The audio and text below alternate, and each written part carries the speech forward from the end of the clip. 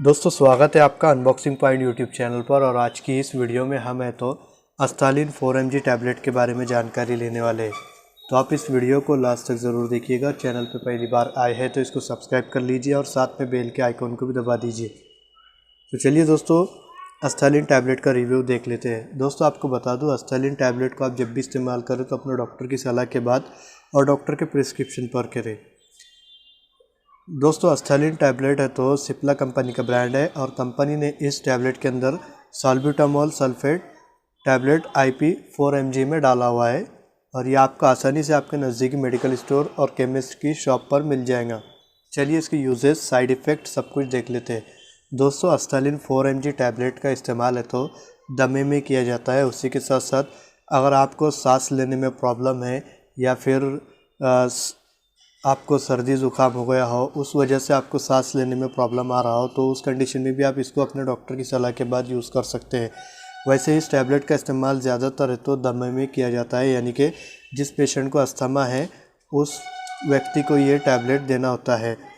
दोस्तों आपको बता दूँ इसके अंदर है तो एक 2mg का भी आता है, उसका रिव्यू हम फिर कभी दूसरी वीडियो में देखेंगे।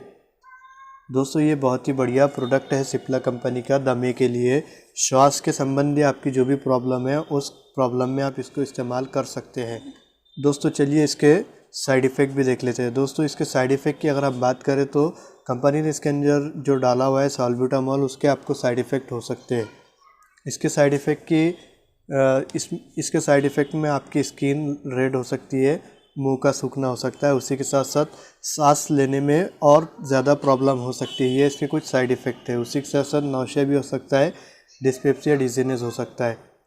आपको अगर ये साइड इफ़ेक्ट या इसके अलावा कोई और साइड इफ़ेक्ट नज़र आते हैं तो आप इस टैबलेट को इस्तेमाल करना बंद कर दें और अपने डॉक्टर की सलाह ज़रूर ले लें।